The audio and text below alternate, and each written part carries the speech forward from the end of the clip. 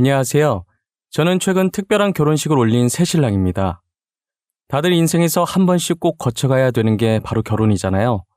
저는 남들과는 다른 정말 특별한 결혼식을 했다고 자부할 수 있어요. 제가 아내를 알게 된 건 아내의 언니, 즉 제 처형 덕분인데요. 처형은 저와 고등학교 동창으로 예전부터 알고 지내던 지인이었어요. 사실 처형이 된 도연이와 저는 한때 매일 붙어 다녀서 주변에서 사귀냐고 소문이 날 정도로 친했었죠. 그러다 도연이가 일진 친구와 크게 다투는 일이 생겼고 덩달아 친구들과도 사이가 금세 멀어지고 말았습니다. 야, 너 입 함부로 놀리고 다니지 마. 재수없으니까. 저기 미쳤나? 야, 너 말 다 했어? 이거 진짜 정신 나간 놈 아니야. 네 일도 아닌데 네가 왜 신경 쓰고 난리야? 그럼 죄 없는 친구 괴롭히는 게 정상인 거냐? 내가 애를 때리기로 했어. 뭘 했어? 나 아무것도 안 했어. 없는 말 지어내서 소문내고 다녀놓고 아무 말도 안 했다고? 너는 진짜 상종할 가치가 없다. 너네도 얘네랑 같이 다닐 거냐? 그래. 그럼 그렇게 하던지 말던지. 요즘 애들 말로 하면 일진이라고 하죠. 같이 지내던 친구들 중에 소위 말하는 일진 짓을 하고 다니는 애가 한 명 있었어요. 그 애는 죄 없는 애들 괴롭히고 다니는 게 일상이었고 그 당시 도연이는 항상 그 친구를 마음에 안 들어 했었어요. 일진 친구는 이번에도 헛소문을 내면서 한 아이를 괴롭히고 있었고 결국 참다 도연이가 폭발을 해버린 거예요. 성격이 불의를 보면 못 참는 성격이었던 도연이는 일진 친구에게 당당히 맞서 싸웠고 괴롭힘을 당하던 친구의 편에 서고 말았죠. 그렇게 도연이를 따라 일진 친구에게 한마디 해주고 싶었지만 속으로만 삭힐 수밖에 없었어요. 왜냐면 일진 친구는 저희 아빠 상사의 아들이라 밉보이면 절대 안 되는 사이였거든요. 그렇게 멀리 지내면서 고등학교 졸업하고도 계속 못 만나고 있었어요. 도연이가 어떻게 사는지 궁금하긴 했지만 소식을 알 길은 없었죠. 아빠의 응원 속에 의대를 입학했고 6년 동안 공부만 했었네요. 시간은 참 빠르게 지나갔고 어느덧 의대를 졸업할 때가 되었죠. 운 좋게 성적이 좋아 인턴 후 성형외과 레지던트가 되었고 전공의 과정을 마치자마자 규모가 큰 성형외과에서 펠로우를 지낼 때였습니다. 병원에서 낯익은 여자의 얼굴이 보이길래 자세히 보니 도연이더라고요. 너무 반가워서 다가가 인사를 했더니 시술하러 온 건 아니고 상담만 받으러 왔다고 하더라고요. 몇 년 만에 봤는데도 몇 년이라는 시간이 느껴지지 않을 정도로 편했어요. 바로 어제 만났던 사람인 것처럼 농담도 하고 근황 얘기도 했죠. 너 최도연 아니야? 땡땡고등학교 최도연 맞지? 헐, 야 오랜만이다. 어떻게 여기서 다 보냐? 그동안 잘 지냈고? 당연하지. 근데 네가 여긴 어쩐 일이야? 너 설마 성형하러 왔어? 딱히 고칠 데는 없어 보이는데? 너 괜히 손댔다고 후회하지 마라. 당장 하려고 온 건 아니고 상담만 받으러 온 거야. 상담만. 성형으로 돈 버는 놈이 하지 말라고 하면 어쩌냐? 저희는 졸업한 지도 오래고 이제 성인이니 예전에 있었던 일은 묻어두고 아무렇지 않게 대화했어요. 굳이 그날 얘기 꺼내면서 우리 이 일은 없던 일로 하자 이런 건 아니지만 이미 지난 일이라 암묵적으로 묻어두기로 하고 누구도 그 이야기를 꺼내지 않았어요. 다들 그렇듯 30살이 훌쩍 넘어가니 친구와 할 이야기가 재테크나 투자 이런 쪽으로밖에 없었죠. 요즘 무슨 재테크를 하고 있는지 혹시 주식은 하는지 이런 이야기를 주고받고 있었어요. 투자 쪽으로 말하다가 자연스럽게 부동산 얘기가 나오게 됐어요. 부동산에 투자해서 돈 버는 애들은 진짜 뭘까? 어디서 정보를 빼오는 거지? 나도 부동산 투자 해보고 싶은데. 야, 부동산 얘기 나와서 하는 말인데 너 혹시 부동산 계약권 있냐? 만약에 있으면 하지 마라. 그거 지금 안 하는 게 좋다. 저는 부동산 계약하지 말라는 도연이의 말에 놀랄 수밖에 없었어요. 거짓말이 아니라 당시에 제가 진짜로 분양권 계약을 코앞에 앞두고 있었거든요. 야, 어떻게 알았어? 안 그래도 분양권 계약 앞두고 있는 게 하나 있었거든. 어떻게 알긴. 요즘 하도 주변에서 주택 청약이다 뭐다 떠들어대길래 그냥 물어본 거지. 하여튼 너 그거 지금 하지 마. 느낌이 안 좋아. 지금 말고 1년 뒤에 계약하는 게 더 좋을 것 같은데? 저는 도연이의 말을 믿어야 하나 말아야 하나 한참을 고민하다가 그 말을 듣기로 하고 계약을 하지 않고 넘겼습니다. 그런데 나중에 조합원이랑 건설업체랑 건설비용 협의가 안 돼서 조합원 분양은 중단되고 공사 시작도 못했다더라고요. 여자의 촉이 무섭다더니 도연이의 말 안 듣고 혹시 계약이라도 했으면 진짜 큰일 날 뻔한 거예요. 도연이한테 연락해서 덕분에 돈 잃을 뻔했다고 제가 밥 한 번 사겠다고 연락했습니다. 최도연 너 뭐야? 진짜 대박이다. 네 말대로 계약 안 하길 잘했더라. 그거 지금 건설비용 협의 안 돼서 분양 중단되고 공사 시작도 못하고 있대. 잘했네. 내 말 귓등으로 듣고 계약하면 어쩌나 했는데. 너 어디야? 집이면 나와. 내가 맛있는 거 쏠게. 먹고 싶은 거 뭐든 말하고 다 사줄 테니까. 저는 그날 도연이랑 밥을 먹으면서 이야기하는데 예전으로 돌아간 기분이었어요. 어쩜 10년 동안 연락이 끊겼는데 도연이는 그대로더라고요. 그때처럼 편하게 속마음 이야기하고 얼굴만 봐도 웃음이 나는 친구 사이로 돌아갔죠. 이후로 종종 만나면서 도연이에게 연애 상담을 많이 했었어요. 아무래도 제가 남자니까 여자의 마음을 도저히 모르겠더라고요. 여자친구의 마음이 어떤지 너무 궁금하길래 같은 여자로서 의견을 물으려고 종종 불러냈어요. 여자친구가 원래 안 그랬는데 요즘 따라 계속 나를 피하는 느낌이야. 데이트 잡으려고 해도 뭔 놈의 일이 그렇게 많은지. 야, 딱 보면 모르겠냐? 다른 남자 생겼겠지.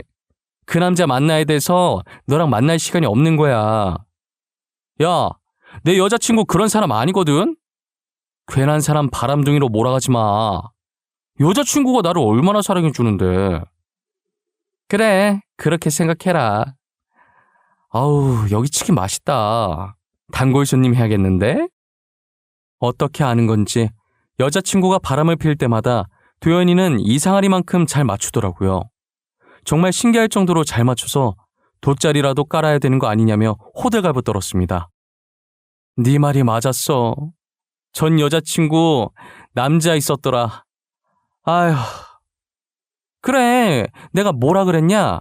남자 있을 거라고 했잖아. 근데 어떻게 알아냈대? 너도 뭔가를 봤으니까 바람 피는 거 알았을 거 아니야. 여자친구 화장실 간 사이에 전화 왔는데 여봉봉이라고 저장되어 있더라. 받아봤더니 웬 남자가 받더라고. 그래서 알았지 뭐. 여봉봉, 아직도 그런 애칭 쓰는 사람들이 있냐? 하긴 그건 개인 취향이니까 그럴 수도 있지. 근데 말이야, 너는 매번 내 여자친구가 바람피는 거 어떻게 그렇게 잘 알아? 그야, 너랑 대화하는 거나 너한테 하는 행동이 어떤지만 들어도 바람 피우는 거 단번에 알 수 있겠던데 그냥 네가 눈치가 없어서 모르는 거야. 아, 그런가? 근데 나는 왜 항상 이런 식일까? 나는 정말 잘해주는데 뭐 때문에 여자친구들이 바람을 피는 거지? 왠 줄 알아? 그건 네가 호구라서 그런 거야. 눈치는 더럽게 없지 해달라는 거 다 해주지. 그러니까 바람을 피는 거라고. 어차피 바람 펴도 네가 호구라 모를 테니까. 연애란 정말 어렵다. 나도 이제 그런 사람 말고 정말 괜찮은 사람 만나고 싶어.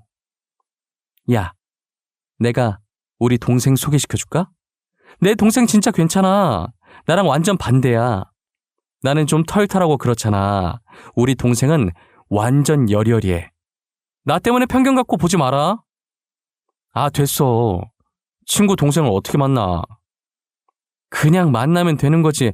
어떻게 만나긴 뭘 어떻게 만나. 하여튼 너는 이래서 문제야. 사내 놈이. 저는 처음에 친구의 동생이라는 사실 때문에 만나기가 그렇더라고요. 조심해야 할 것도 많고 신경 써야 할 것도 많을 것 같아서 선뜻 소개를 받겠다는 말을 못했어요.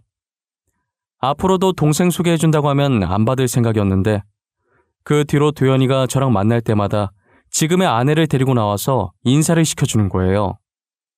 안녕하세요. 동생 최서영입니다. 아, 안녕하세요. 저는 강지훈입니다. 언니가 잡은 약속인데 제가 이런 자리에 나와도 되는지 모르겠어요. 언니가 가자고 해서 오긴 했는데 눈치 없이 나온 건 아닌가 싶고. 아니에요, 괜찮아요. 잘 오셨어요. 너네 뭐냐? 진짜 어색해. 정말 가증스러워서 온몸에 소름이 다 끼친다. 강지훈, 최서영, 너네 평소처럼 행동해, 평소처럼. 이게 다 누구 때문인데 가증스럽대. 조용히 하고 뭐 먹을지나 정해. 지금의 체형이 되어버린 도연이는 진심으로 저와 자신의 동생을 엮어줄 생각이었던 것 같아요. 한동안 여동생을 계속 데리고 나오고 분위기를 풀어주려고 노력도 했어요. 그렇게 몇 번 만나면서 덕분에 아내와 자연스럽게 친해졌고 연인 사이가 되었어요.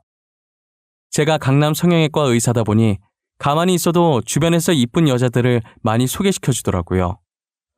거절을 잘하지 못하는 성격이라 식사 자리는 참석하는 편인데 다들 제 직업만 좋아했지 저에 대해서는 궁금해하지도 진심으로 저를 바라봐 주지도 않았어요.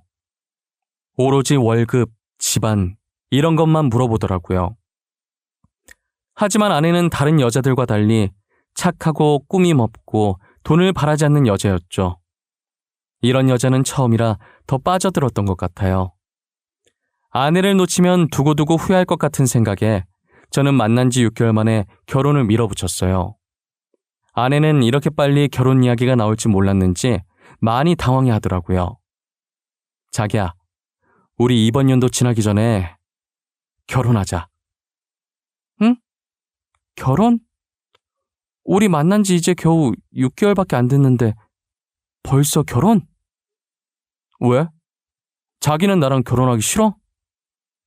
아니, 그런 건 아닌데 그래도 좀 더 만나면서 서로에 대해 알아가고 천천히 결혼하는 게 더 낫지 않아? 6개월은 많이 이른 거 아니야? 결혼하면서 알아가도 되지 않아? 연애 오래 한 커플도 안 맞아서 이혼하는 게 결혼이야. 나는 연애 기간은 그렇게 중요하지 않다고 봐. 그리고 난 자기 놓치면 영영 후회할 것 같아. 아내는 제 말에 골똘히 생각하는 것 같더니 그러자고 하더라고요. 대신 결혼 전에 무조건 같이 살아보자고 하길래 흔쾌히 알겠다고 했어요. 그렇게 저희는 상견례를 하고 결혼 날짜까지 잡은 후에 아내 말대로 먼저 신혼집을 꾸렸어요. 저희는 같이 살면서 서로가 더 좋아졌고 이렇게 잘 맞을 수가 없다며 하늘이 이어준 인연이라고 했어요. 3개월 정도 살다가 결혼식 날짜가 한 달 정도 남았을 때부터 저희는 결혼식 준비로 정신이 없었어요. 하필이면 저희 병원에 갑자기 예약 환자들이 많이 들어와서 제 근무 시간을 뺄 수가 없을 정도였어요. 할 수 없이 장모님과 아내가 저 대신해서 모든 준비를 해주었어요. 미안해. 단체로 날이라도 잡았는지 갑자기 예약이 많이 들어와서 시간을 뺄 수가 없네. 아니야, 괜찮아. 그래도 한가한 것보다 바쁜 게 낫지. 결혼 준비는 엄마가 내가 알아서 할게. 오빠는 걱정하지 말고 일 열심히 해. 진짜 미안해. 장모님께도 죄송하다고 전해줘. 알겠지? 알겠어요. 진짜 여기 걱정은 하지 마. 괜히 딴 데 신경 썼다가 수술 잘못하면 어떻게 할 거야. 오빠는 병원 생각만 해요. 신랑 없이 혼자 준비하면 서운할 만도 한데 아내는 전혀 서운한 내색 없이 오히려 제 걱정을 했어요. 정말 아내를 알면 알수록 내가 어떻게 이런 여자를 만났는지 놀랍고 소개시켜준 도연이한테 너무 고마웠어요. 도연이는 무슨 일을 하는지는 모르지만 항상 바빠 보였거든요. 그래도 동생 결혼식이라고 바쁜 시간 쪽에서 틈틈이 저희 결혼 준비를 도와줬어요. 결혼 준비를 마치고 아내가 대뜸 부산으로 여행을 가겠다고 하는 거예요. 요즘은 결혼 전에 신부 친구들끼리 모여서 브라이덜 샤워라는 걸 한다면서 말이에요. 오빠, 이제 결혼 준비도 어느 정도 다 끝났고 나 친구들이랑 부산에 놀러 갔다 와도 돼? 부산? 갑자기 부산은 왜? 사실 요즘 2년 동안 여행도 제대로 못 갔는데 이번에 결혼 기념으로 친구들이랑 가까운 부산이라도 가고 싶어서. 친구가 브라이덜 샤워 해야 된다면서 부산 해변가 앞에 멋진 호텔을 예약해줬거든. 아, 브라이덜 샤워? 그래, 그렇게 해. 이번에 결혼식 준비하느라 힘들었을 텐데 스트레스도 풀고 와. 저는 결혼 준비를 아내 혼자 하게 만든 게 미안해서 흔쾌히 여행을 허락했어요. 아내는 제 허락이 떨어지자마자 이쁜 옷도 사고 갔다 올 유명한 음식점도 이미 알아봤다면서 들떠있더군요. 들뜬 아내의 모습을 보니 그동안 바쁘다는 핑계로 챙겨주지 못한 게 더 미안하기만 했습니다. 그렇게 아내는 캐리어에 가득 짐을 싣고는 해맑게 웃으면서 부산으로 떠났어요. 저는 아내가 잘 노는지 궁금하기도 하고 무슨 일 없는지 걱정되기도 해서 일하는 틈틈이 전화를 해봤는데 서운하게도 연락을 주지 않더라고요. 처음엔 열심히 노느라 못 받은 건가 싶다가도 한편으로는 무슨 일이라도 생겼을까봐 불안한 마음도 들었어요. 그렇게 한참 뒤에 다시 전화를 해봤는데 드디어 아내가 전화를 받았습니다. 왜 이렇게 연락이 안 돼? 무슨 일 있는 줄 알고 걱정했잖아. 아무 일 없어. 잘 있으니까 전화하지 마. 아내는 굉장히 차갑고도 딱딱한 말투로 잘 있으니 전화하지 말라고 하고 끊더라고요. 처음 듣는 목소리에 어안이 벙벙해진 저는 끊긴 전화기만 계속 쳐다봤어요.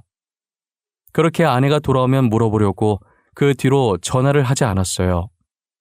다시 서울로 돌아온 아내는 제게 언제 그랬냐는 듯이 평소처럼 나긋나긋해졌더라고요. 뭐야? 다시 원래대로 돌아왔네? 그게 무슨 말이야? 원래대로 돌아왔다니? 뭐가 원래대로 돌아와? 자기 부산에 있을 때 내가 전화했었잖아. 그때 목소리 되게 안 좋았어. 친구랑 싸웠었어? 무슨 일 있었길래 나한테 그랬던 거야? 아닌데? 나 친구랑 안 싸웠는데? 아무 일도 없었어. 잘 놀다 왔는데 내가 언제 자기랑 통화했었지? 술 먹고 전화했나? 기억이 안 나네. 저는 아내에게 그날 일을 물어봤는데 아내는 저와 통화했다는 것 자체를 기억 못하는 듯했어요. 기억도 못하는 사람 붙잡고 물어봤자 무슨 소용인가 싶더라고요. 친구들이랑 술 먹고 취해서 그랬던 걸 수도 있어서 더 묻지 않고 그냥 넘어갔어요. 그런데 어느 날부터인가 아내가 점점 이상한 행동을 하기 시작하는 거예요. 아내가 서울 토박이인데 한날은 데이트하면서 갑자기 부산 사투리를 너무 자연스럽게 하더라고요. 오빠야, 뭐 시킬라고?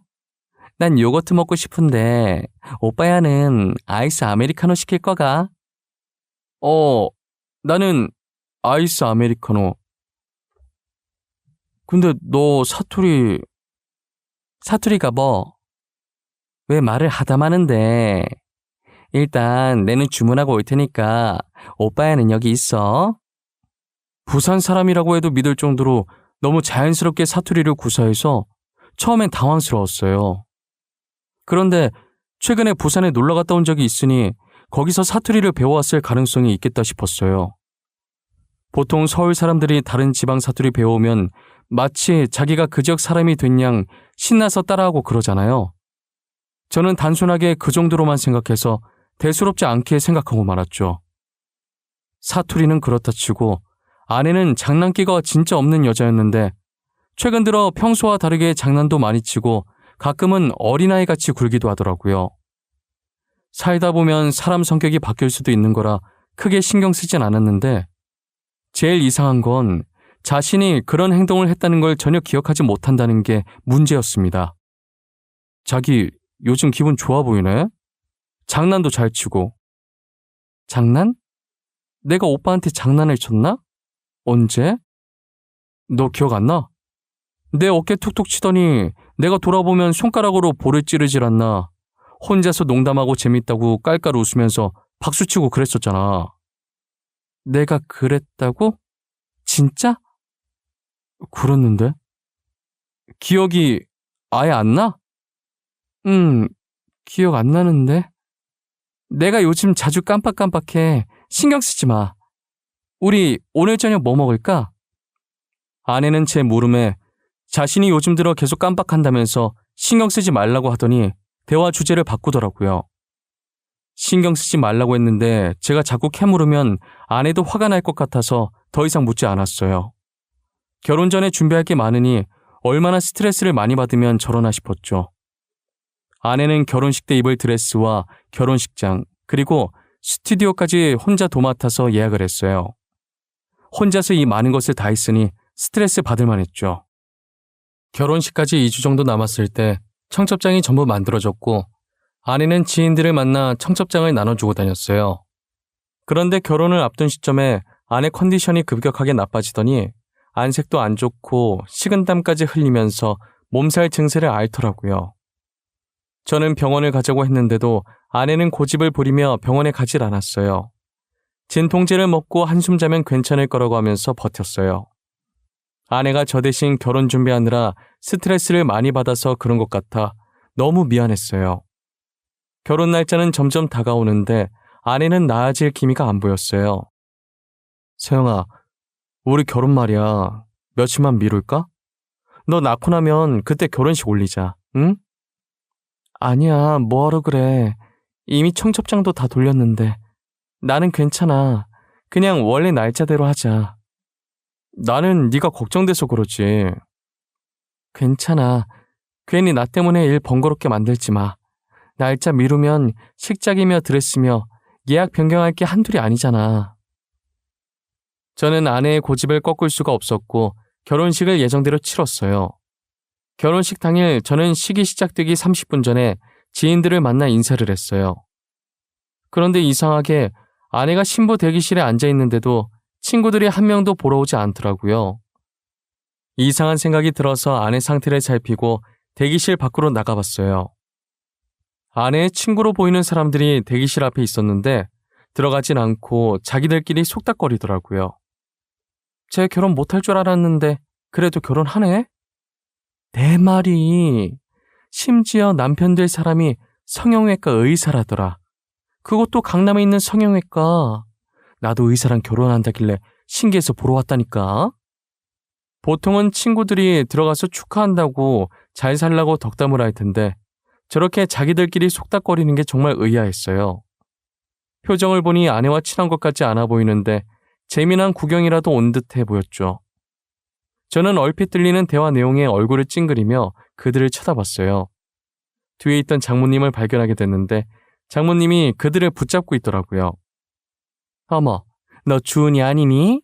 살을 왜 이렇게 많이 뺐어? 못 알아볼 뻔했잖니. 아유, 어머니도 참 그 정도까진 아니에요.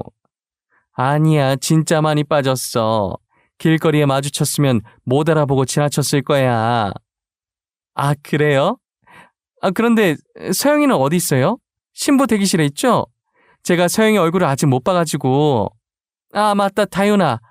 너희 어머니께서 김치 보내셨더라. 맛있게 잘 먹고 있다고 전해줘. 역시 다윤이 어머니 솜씨는 보통이 아니셔. 나도 가서 배우고 싶다니까. 안 그래도 오늘 서영이 결혼식 간다니까 어머님께 김치만 어떤지 물어봐달라고 하시더라고요. 맛있게 잘 드시고 계시다니 다행이에요. 그런데 어머님, 곧 식 시작해서 잠시 서영이 보러. 아유, 내 정신 좀 봐. 내가 너네 어머님 드리려고 홍삼 세트 사뒀었는데 깜빡하고 안 가지고 왔네. 장모님은 평소 아내와 친하게 지냈던 친구들을 붙잡고 계셨어요. 아내 친구들이 신부 대기실로 들어가고 싶어 했지만 장모님이 계속 말씀을 거시는 통에 이러지도 못하고 저러지도 못하고 발망 동동 구르고 있더라고요. 장모님은 아내 친구들을 보내줄 마음이 없는지 친구들이 아내에게 가보겠다고 하는데도 계속 말을 거셨어요. 결국 그러다 결혼식이 시작됐고 친구들은 끝끝내 신부 대기실에 들어가지 못했어요. 저는 결혼식이 시작되고 먼저 입장을 해 줄에서 앞에 서 있었고 곧이어 아내가 장인어른의 손을 잡고 입장하더라고요. 아내는 걸어오다가 제 쪽을 쳐다봤는데 저와 눈이 마주치자마자 갑자기 정신을 잃고 쓰러지는 거예요. 서영아, 서영아, 정신 좀 차려봐. 내 목소리 들려? 오빠, 나 너무 갑갑해. 가까이 가서 아내를 살피는데 아내가 동공이 풀려 있고 다행히 숨은 쉬는데 답답한 듯 가슴을 움켜잡더라고요. 그러다 갑자기 식장문이 열리더니 빨간 옷을 입은 무당이 등장하는 거예요. 장구를 치며 무어라 이야기하는데 그 모습이 흔히 드라마에 등장하던 굿하는 장면과 흡사했어요. 무당이 아내에게 다가오자 쓰러져 있던 아내가 갑자기 눈을 뜨더니 무당을 째려보더라고요. 저는 소름 끼치는 모습에 무슨 일인가 싶었고 하객들도 갑자기 벌어진 일에 수군거리기 바빴어요. 무당은 제 아내를 보더니 대뜸 소리를 지르는 거예요. 썩 꺼지지 못하겠느냐? 남의 몸에 기생하고 있으면 내가 못 찾을 줄 알았더냐? 이빨 빠진 호랑이인 줄 알았더니 신발이 다시 돌아왔나 봐. 꺼지라는 내 말이 들리지 않는 것이냐? 당장 썩 꺼지래도! 아내는 몸을 일으켜 아이처럼 웃다가 갑자기 정색을 하더라고요. 그러더니 도망치려는 생각인지 아내를 잡고 있던 제 팔을 깨물었어요.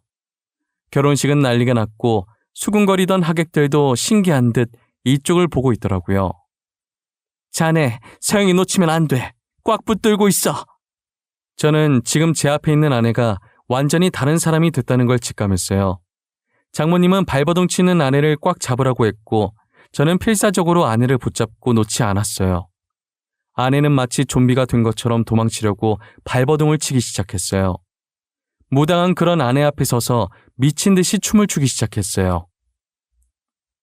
드라마에서나 이런 장면 숱하게 봤지 실제로 보게 될 줄은 꿈에도 몰랐어요.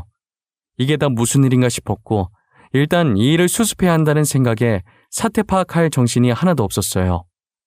무당이 춤을 2번 정도 추더니 아내가 픽하고 다시 쓰러지더라고요. 서영아, 눈 좀 떠봐. 강서방, 내가 미안하네. 아내가 쓰러지자 장모님이 저한테 사과를 하길래 이 상황이 이해가 가질 않더라고요. 그래서 물었더니 장모님이 무당을 불렀더라고요. 저 무당, 내가 부른 거야. 사실 우리 집안이 대대로 신기가 있었어. 한마디로 무당 집안인 거지. 서영이 할머니가 무당이었거든. 최근에 우리 서영이가 다른 사람처럼 굴지 않던가. 네, 그랬긴 한데 혹시 그게 신기랑 관련이 있는 건가요? 관련이 없진 않지. 다른 사람처럼 굴었던 건 서영이 몸에 잡기가 들어서서 그런 거야. 내가 바닷가 근처는 가지도 말라고 그렇게 일렀는데 괜히 부산 갔다가 잡기나 붙어오고 잡기는 내쫓았어. 이제 내림굿 받고 무당이 되어야 몸이 안 아플 게야. 알고 보니 최근 아내가 이유도 없이 아프다는 소식에 장모님은 신병이 내렸다는 걸 눈치채신 거예요. 그래서 무당에게 부탁을 해서 아내 몸에 들어선 잡기를 쫓아내신 거고요. 아내는 저와 결혼하고 싶어서 그동안 무당 집안인 걸 숨기고 있었던 거예요. 안 그래도 예비 처형인 도연이가 평소에 신기 있는 사람처럼 예언하거나 남에 대해 잘 맞추고는 했었는데 이렇게 대대로 내려오는 무당 집안일 줄은 꿈에도 몰랐어요. 무당은 모두가 보는 앞에서 굿까지 하고 내려갔습니다. 주례사는 생략한 뒤 간단히 반지만 교환해 급하게 결혼식을 끝냈어요. 그렇게 아내는 결혼식장에서 내림굿을 받고 무속인이 되었어요. 신혼여행을 갔다 와서 인사를 드리러 본가에 방문했는데 저희 어머니께서는 몸져 누워 있으시더라고요. 아무래도 결혼식 충격으로 몇 날 며칠을 알아 누우신 것 같았어요. 아이고, 무당이 웬 말이야. 우리 기독교 집안에 무당이 웬 말이냐고. 하필 골라와도 저런 애를 골라와서는. 에휴. 무당이면 뭐 어때서 그래요? 무당이면 뭐 어때? 이게 말이 된다고 생각하냐? 너는 결혼식장에서 제 꼬라지 못 봤어. 사탄이야, 사탄. 사람 보고 사탄이라니요. 말이 너무 심하신 거 아니에요? 사람 앞에 두고 그렇게 얘기하는 거 아니에요. 됐다. 제 편 들 거면 나가. 나는 제 얼굴도 보고 싶지 않으니까 우리 집에 발도 못 들이게 해야지 원. 보다시피 저희는 기독교 집안인데 가족 중에서도 저희 어머니가 독실한 기독교 신자셨어요. 결혼식장에서 아내의 모습을 보고 어머니는 사탄이라며 대놓고 싫어하셨어요. 어머니 친구들한테 이런 모습 보인 것도 엄청 속상해 하시더라고요. 어머니가 혹시라도 아내한테 시집살이라도 시킬까봐 일부러 시댁과 최대한 멀리 신혼집을 구했어요. 그리고 아내가 어머니와 만나는 일이 없도록 중간에서 많이 노력하고 있어요. 아내는 그 이후로 아프지도 않았고 오히려 전보다 더 활기차게 다니고 있어요. 현재 아내는 장모님이 잘 아는 무당을 통해 무교 지식을 공부하고 있고 장모님과 함께 여러 산을 왔다 갔다 하며 기도를 드리러 다니느라 바쁩니다. 결혼식장에 왔었던 같은 병원 동료 의사가 결혼식 이후로 계속 제게 장난을 치더라고요. 나중에 아내가 질려서 바람 피고 싶어도 아내 때문에 바람은 꿈도 못 꾸겠다고 하면서요. 야, 너는 결혼 생활 질려서 바람 피고 싶어도 재수 씨가 있어서 바람은 절대 못 피겠다. 누구랑 있는지 다 알 거 아니야. 야, 내가 바람 왜 피냐? 우리 와이프 무당이라 주위 사람들한테 눈총 받아서 그렇지 됨되면은 되게 괜찮은 사람이거든? 착하고 내조도 잘해. 와이프 무당 아니라도 바람 필 생각이 없어 임마. 저는 사주팔자나 무당을 믿지 않는 사람이었지만 아내를 통해 다시 한번 생각하게 됐어요. 앞으로 몸이 약한 아내가 힘들어하지 않도록 제가 옆에서 응원하고 지켜보려고 해요. 제 사연을 아내가 들을지는 모르겠지만 해주고 싶은 말이 있어요. 서영아, 너가 무당이든 아니든 내 아내라는 건 변함없어. 내가 늘 옆에 있으니까 사람들 시선이 안 좋다고 해서 절대 기죽지 마.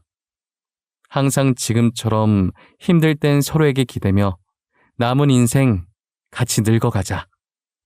제 사연 들어주셔서 감사합니다.